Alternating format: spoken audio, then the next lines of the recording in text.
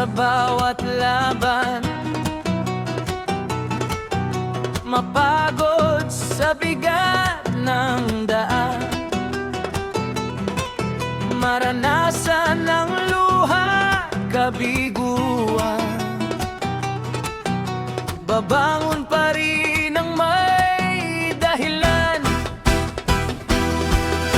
Hindi para sa pangalan o yaman, hindi para sa palakpak ng bayan.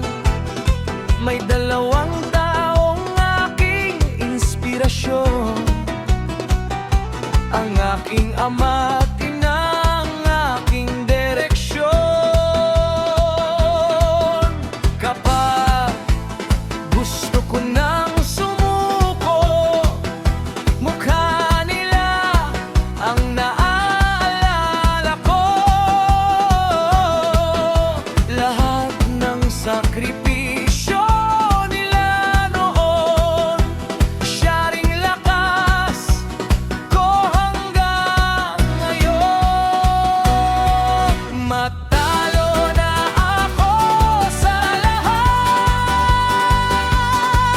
wag lang sa mga pangarap na gusto kong tuparin para sa magulang ko, na buong buhay ay isinakripisyo.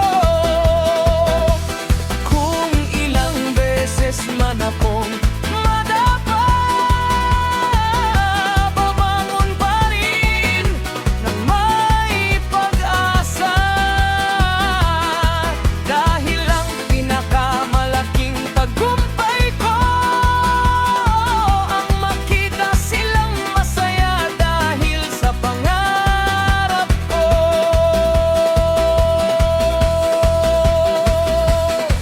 Naalala ko ang mga gabing kulang ang tulog, ama kong pagod pero hindi sumusuko.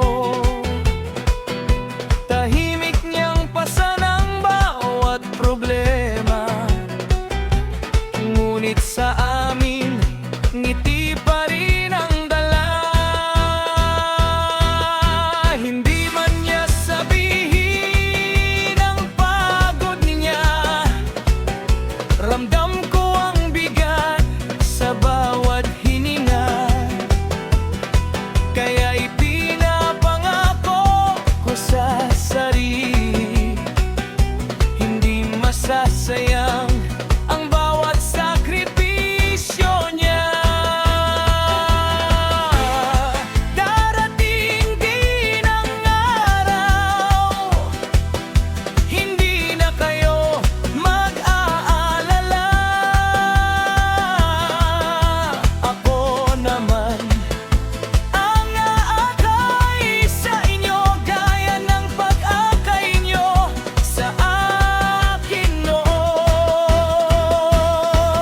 Matalo na ako sa lahat, wag lang sa pangarap na ito, na maibalik ang lahat ng pagmamahal at maibsan ang bawat pagod ninyo. Ama, salamat sa walang sawang laban.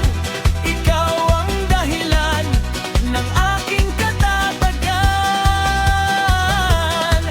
hanggang sa matupad ang bawat pangarap.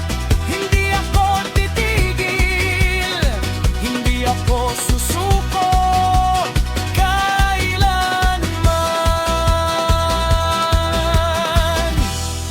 Kung may laban man na ayokong matalo, yun ay ang pangarap kong maipagmalaki ang aking ama. Dahil ang tagumpay